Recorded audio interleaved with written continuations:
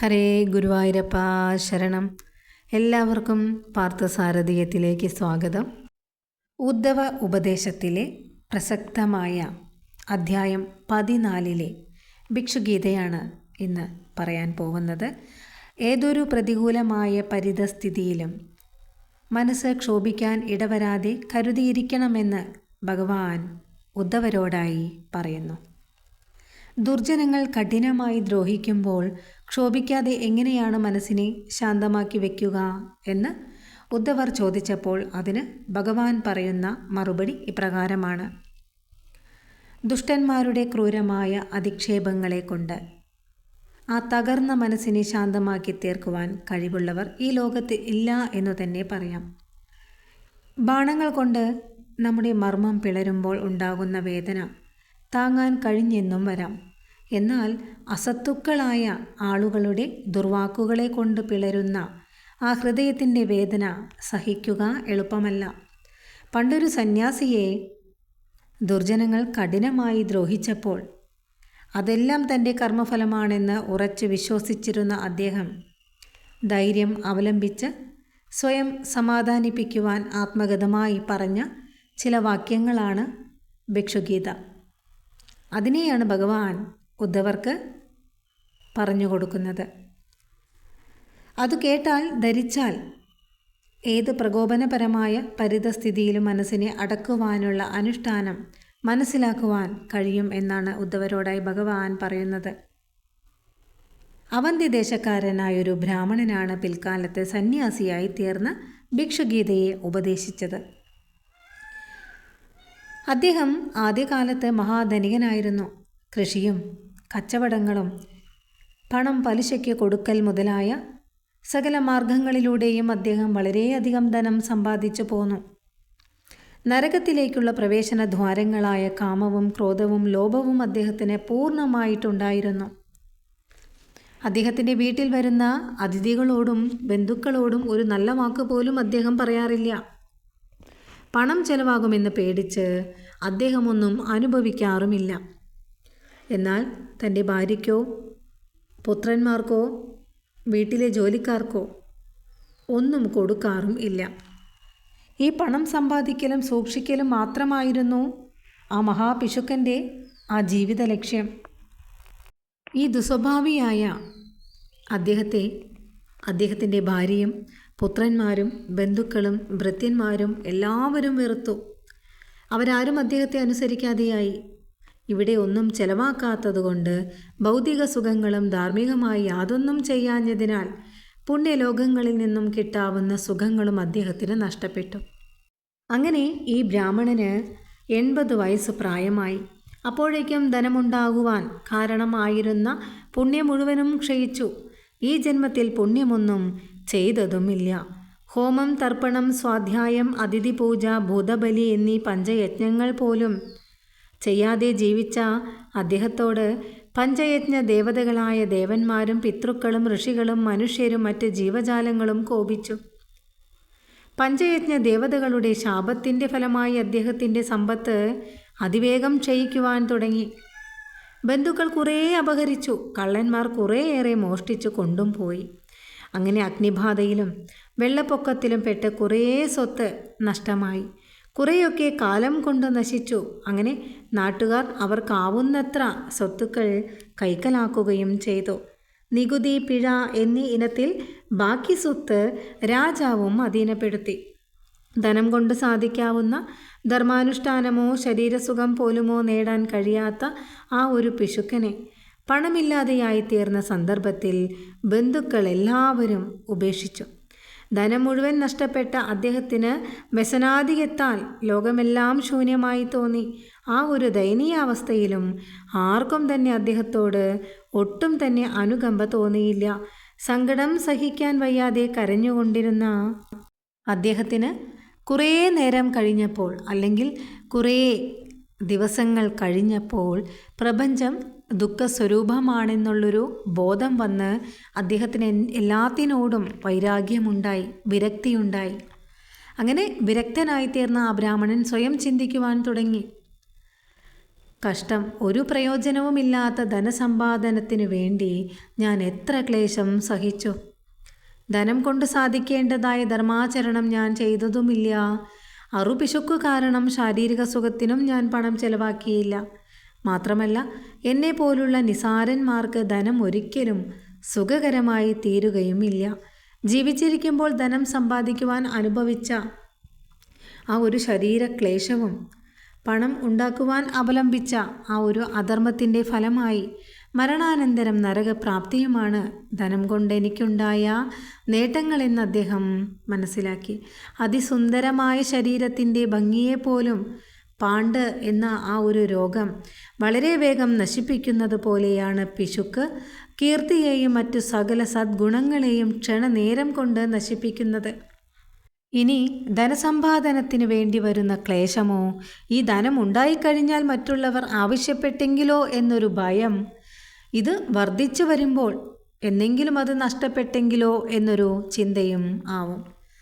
പിന്നെ ഇതെല്ലാം നിലനിർത്തുവാനുള്ള ആ ഒരു പ്രയാസം, ചെലവാകുമ്പോൾ കുറയുന്നുവല്ലോ എന്നൊരു ഭീതി, നശിക്കുമ്പോൾ ദുഃഖം, ഇങ്ങനെ എല്ലാ ദശയിലും ധനം ദുഃഖത്തിനു മാത്രമാണ് കാരണമായി തീരുന്നത്. കളവ്, ഹിംസ, അസത്യം, വഞ്ചന, കാമം, ക്രോധം, ഗർവ്, അവിവേകം, ഭേദബുദ്ധി, മത്സര്യം, വിശ്വാസമില്ലായ്മ, സ്പർദ്ധ, മദ്യപാനം, ചൂതുകളി, വ്യഭിചാരം എന്നീ 15 വിധം അനർത്ഥങ്ങൾ ഈ ധനത്തിൻ്റെ സന്തത സഹചാരികളാണെന്നാണ് പറയുന്നത്. അതിനാൽ തന്നെ അർത്ഥം എന്ന പേരുള്ളതും അനർത്ഥ സ്വരൂപവുമായ ധനത്തെ, ശ്രേയസിനെ ആഗ്രഹിക്കുന്നവർ അതിദൂരത്തിൽ ഉപേക്ഷിക്കണമെന്നാണ് ഭഗവാൻ പറയുന്നത്. ഭാര്യ സഹോദരന്മാർ, സ്നേഹിതന്മാർ, അച്ഛനമ്മമാർ മുതലായവരെല്ലാം എത്ര വേഗത്തിലാണ് ധനത്തിൻ്റെ പേരിൽ ശത്രുക്കളായി തീരുന്നത്. നിസാരമായ പണത്തിനു വേണ്ടി സ്വയം മരിക്കാനും സ്നേഹം ഉപേക്ഷിച്ച് പരസ്പരം കൊല്ലാനുമെല്ലാം മുതിരുന്നു അല്ലേ. ദേവന്മാർ പോലും ആഗ്രഹിക്കുന്നതാണ് ഭാരതഭൂമിയിലെ ഈ മഹത്തായ ഒരു മനുഷ്യജന്മം. അതിലും വിശേഷപ്പെട്ടതാണ് ബ്രാഹ്മണ ജന്മം. അത്രയും ശ്രേഷ്ഠമായൊരു ജന്മം കിട്ടിയിട്ടും അതിനെയെല്ലാം അവഗണിച്ച് ശ്രേയസ്സിനു വേണ്ടി പരിശ്രമിക്കുക പോലും ചെയ്യാതെ കഴിയുന്ന എന്നെപ്പോലെയുള്ള മൂഢന്മാർ അനുനിമിഷം മതപതിച്ചു കൊണ്ടിരിക്കുകയാണ് എന്ന് അദ്ദേഹം മനസ്സിലാക്കി. ധർമാചരണം കൊണ്ട് സ്വർഗത്തെയും ജ്ഞാനം കൊണ്ട് മോക്ഷത്തെയും സമ്പാദിക്കുവാൻ പറ്റിയതാണ് ഭാരതഭൂമിയിലെ ഒരു മനുഷ്യജന്മം. അത്രയും വിശിഷ്ടമായൊരു മനുഷ്യ ശരീരം കിട്ടിയിട്ടും അനർത്ഥം മാത്രമുണ്ടാക്കുന്ന ധനസമ്പാദനത്തിൽ ഞാനല്ലാതെ മറ്റാരാണ് വ്യാപരിക്കുക എന്ന് അദ്ദേഹം ചിന്തിച്ചു. ദേവന്മാർ, ഋഷികൾ, പിതൃക്കൾ, അവകാശികൾ, ബന്ധുക്കൾ ഇവർക്കൊന്നും കൊടുക്കാതെ പഞ്ചയജ്ഞങ്ങൾ പോലും ചെയ്യാതെ ജീവിച്ച നിധി കാക്കുന്ന ഭൂതമായ ഞാൻ നിശ്ചയമായും മതപതിക്കും, അതിൽ യാതൊരു സംശയവുമില്ല എന്ന് അദ്ദേഹം സ്വയം മനസ്സിലാക്കുകയാണ്. സമർത്ഥന്മാർ ശ്രേയസ്സിനു വേണ്ടി പരിശ്രമിക്കുന്ന യൗവനകാലം മുഴുവൻ ഞാൻ നിഷ്പ്രയോജനമായ ഈ ധനസമ്പാദനത്തിനായി തുലച്ചു കളഞ്ഞുവല്ലോ. ഇനി ഈ വാർദ്ധക്യത്തിൽ ശ്രേയസ്സിനായി എനിക്ക് എന്താണ് ചെയ്യാൻ കഴിയുന്നത്? കയ്യിലുള്ളതെല്ലാം ബന്ധുക്കളും ഭാര്യയും മക്കളും കൊണ്ടുപോയി. അറിവുള്ളവർ പോലും പണമുണ്ടാക്കുവാനായി പാടുപെടുന്നത് എന്തുകൊണ്ടാണ്? ഭഗവാന്റെ മായ തന്നെയാണ് അല്ലേ. എല്ലാവരെയും മയക്കുന്നതിനാലാണ് അങ്ങനെ സംഭവിക്കുന്നത്. മരണത്തിൻ്റെ വായിലേക്ക് അനുനിമിഷം നീങ്ങിക്കൊണ്ടിരിക്കുന്നവന് ധനം കൊണ്ടോ അല്ലെങ്കിൽ ധനം തരുന്നവരെ കൊണ്ടോ സുഖം കൊണ്ടോ സുഖിപ്പിക്കുന്നവരെ കൊണ്ടോ എന്ത് പ്രയോജനമാണ് ഉണ്ടാവുക അല്ലേ. സർവദേവതാ സ്വരൂപിയായ ഭഗവാൻ എന്നോട് എന്തുകൊണ്ടോ സന്തോഷിച്ചിരിക്കണം. അതാണ് എനിക്ക് ഈ ഒരു വൈരാഗ്യമുണ്ടാകുവാൻ ഹേതുവായത്. സംസാര സമുദ്രത്തെ കടക്കുവാനുള്ള സുരക്ഷിതമായ ആ ഒരു തോണിയാണ് വൈരാഗ്യം. അതിനാൽ ശേഷിച്ച ആയുഷ്കാലം ആഗ്രഹങ്ങൾ മുഴുവനും ഉപേക്ഷിച്ച് ഇന്ദ്രിയങ്ങളെയും മനസ്സിനെയും അടക്കി ശ്രേയസ്സിനു വേണ്ടി പരിശ്രമിക്കുവാൻ ഞാൻ ഉറച്ചു കഴിഞ്ഞു എന്ന് അദ്ദേഹം ഉറച്ചൊരു തീരുമാനം എടുത്തു. അതിന് ത്രിഭുവനേശ്വരന്മാരായ ദേവന്മാർ എന്നെ ആശീർവദിക്കണമല്ലോ. ഗഡ്വാങ്ക രാജാവിന് 2 നാഴിക നേരം കൊണ്ട് മുക്തനായി തീരാൻ കഴിഞ്ഞ ഈ ഭാരതഭൂമിയിൽ ശേഷിച്ച ആയുഷ്കാലം കൊണ്ട് എനിക്കും ജന്മസാഫല്യം നേടാൻ സാധിക്കുമെന്നതിന് യാതൊരു സംശയവും ഇല്ല എന്ന് അദ്ദേഹം ഉറപ്പിച്ചു. അങ്ങനെ ഉദ്ധവ, അവരിങ്ങനെ ഉറപ്പിച്ച ശേഷം ഞാനെന്നും എൻ്റേതെന്നുമുള്ള രൂപത്തിൽ തന്നെ ബന്ധിച്ചിരുന്ന അജ്ഞാനത്തെയെല്ലാം മുറിച്ചു കളഞ്ഞ് ശാന്തനായ ഒരു സന്യാസിയായി തീർന്നു. അതോടുകൂടി അദ്ദേഹം ഇന്ദ്രിയങ്ങളെയും പ്രാണനെയും മനസ്സിനെയും അടക്കി നിസ്സംഗനും ആത്മാരാമനുമായി തീർന്ന അദ്ദേഹം പട്ടണങ്ങളിലും ഗ്രാമങ്ങളിലും സഞ്ചരിച്ചു. വൃദ്ധനായ ആ സന്യാസിയെ പല പല ദുഷ്ടന്മാർ പല വിധത്തിലും പീഡിപ്പിച്ചിരുന്നു. അദ്ദേഹം അനുഭവിക്കേണ്ടി വന്ന ദ്രോഹത്തിൻ്റെ മാതൃക കാണിക്കുവാനായി ഒരു ദിവസത്തെ അനുഭവം ഞാൻ അങ്ങേക്ക് പറഞ്ഞു തരാം, കേട്ടുകൊള്ളൂ ഉദ്ധവ. പല ഗൃഹങ്ങളിലും കയറി ഇറങ്ങി അവസാനം ഒരു വീട്ടിൽ നിന്നും കിട്ടിയ ഭിക്ഷാനം ഒരു നദീതീരത്ത് ചെന്നിരുന്ന അദ്ദേഹം ആഹരിക്കുകയായിരുന്നു. അതു കണ്ട കുറേ ദുർജനങ്ങൾ അദ്ദേഹത്തിൻ്റെ ചുറ്റും വന്നുകൂടി. അദ്ദേഹത്തിൻ്റെ യോഗദണ്ഡ്, ഭിക്ഷാപാത്രം, കമണ്ടലു, പീഠം, ജപമാല, സഞ്ചി, മരവുരി എന്നിവയെ ഓരോരുത്തരായി തട്ടിപ്പറിച്ചെടുത്തു. കുറച്ചു കഴിഞ്ഞ് അവയെല്ലാം തിരിച്ചു കൊടുത്ത ശേഷം വേറെ ചിലർ തട്ടിപ്പറിച്ചു. എന്നിട്ടും ഒന്നും മിണ്ടാതെ അദ്ദേഹം ഊണു കഴിക്കുവാൻ തുടങ്ങിയപ്പോൾ ചില പാപികളായ മനുഷ്യർ അദ്ദേഹം കഴിക്കുന്ന ആ അന്നത്തിലേക്ക് മൂത്രമൊഴിക്കുകയും മറ്റൊരുത്തൻ അദ്ദേഹത്തിൻ്റെ തലയിൽ തുപ്പുകയും ചെയ്തു. മൗനവ്രതം അവലംബിച്ചിരുന്ന അദ്ദേഹത്തെ സംസാരിപ്പിക്കുവാൻ ശ്രമിച്ചു ചിലർ. ഇവൻ്റെ മൗനവ്രതം അവസാനിപ്പിക്കുവാൻ പറ്റുമോ എന്നൊന്ന് പരീക്ഷിച്ച് നോക്കണമല്ലോ എന്നെല്ലാം പറഞ്ഞ് ചിലർ അദ്ദേഹത്തെ കളിയാക്കുവാനും ഒപ്പം പ്രഹരിക്കുവാനും തുടങ്ങി. മാത്രമല്ല ചിലർ പറഞ്ഞു, ഇദ്ദേഹത്തെ കാണുമ്പോൾ ഒരു പെരുങ്കള്ളനെ പോലെയുണ്ട്, മുഖം കണ്ടാൽ തന്നെ അറിയാമെന്നായി അപ്പോൾ ചിലർ. ഇയാളൊരു കള്ളനാണ്, ഇദ്ദേഹത്തെ എത്രയും പെട്ടെന്ന് പിടിച്ചു കെട്ടു എന്നായി ചിലർ. ധനം മുഴുവനും നഷ്ടപ്പെട്ട് സ്വന്തക്കാരെല്ലാവരും ഉപേക്ഷിച്ചപ്പോൾ ജനവഞ്ചനയ്ക്കും പണം സമ്പാദിക്കുവാനുമായി ഇയാൾ സ്വീകരിച്ച ഒരു കപടവേഷമാണ് ഈ സന്യാസം എന്ന് ചിലർ പറഞ്ഞു. കുറച്ചു ചിലർ പറഞ്ഞു, ഇയാളുടെ ഒരു ധൈര്യം കണ്ടില്ലേ, നമ്മൾ ഇത്രയൊക്കെ പറയുകയും പ്രവർത്തിക്കുകയും ചെയ്തിട്ടും ഇവൻ ഒന്നും മിണ്ടാതെ മല പോലെ ഉറച്ചിരിക്കുന്നത് നോക്കൂ. ഈ കൊറ്റി മത്സ്യം പിടിക്കുവാൻ കണ്ണടച്ചിരിക്കുന്നത് പോലെയാണ്. പണം സമ്പാദിക്കുവാനായി ഇവൻ ഭഗധ്യാനത്തിൽ മുഴുകിയിരിക്കുന്നത് നോക്കൂ. ഇങ്ങനെയെല്ലാം പറഞ്ഞ ദുർജനങ്ങൾ ആ സാധുവിനെ അധിക്ഷേപിക്കുകയും ബന്ധിക്കുകയും അടിക്കുകയും പിന്നെയും പല വിധത്തിലും പലതരത്തിലും ഉപദ്രവിക്കുകയും ചെയ്തു.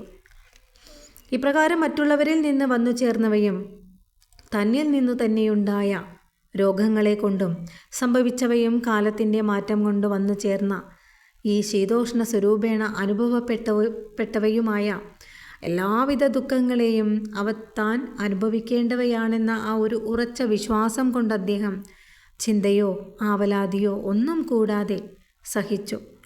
തങ്ങളുടെ കഴിവിൻ്റെ പരമാവധി ദ്രോഹിച്ചിട്ടും ആ ഭിക്ഷുവിനെ പ്രകോപിപ്പിക്കുവാൻ കഴിയാത്തതിനാൽ നിരാശരായി തീർന്ന ദുഷ്ടന്മാർ തിരികെ മടങ്ങിപ്പോയി. അതിനുശേഷം സാത്വിക ബുദ്ധിയെ അവലംബിച്ചുകൊണ്ട് അദ്ദേഹം സ്വയം സമാധാനിപ്പിക്കുവാനായി പറഞ്ഞ ആ വാക്യങ്ങളാണ് ഈ പറഞ്ഞ ഭിക്ഷുഗീത. ഭഗവാൻ ഉദ്ധവരോടായി പറഞ്ഞ ഈ ഭിക്ഷുഗീത മാധവമാസത്തിൽ കേൾക്കുക എന്നത് അതീവ പുണ്യകരമാണ്.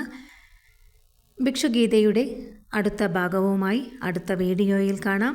ഹരേ കൃഷ്ണ, ഹരേ ഗുരുവായൂരപ്പ ശരണം.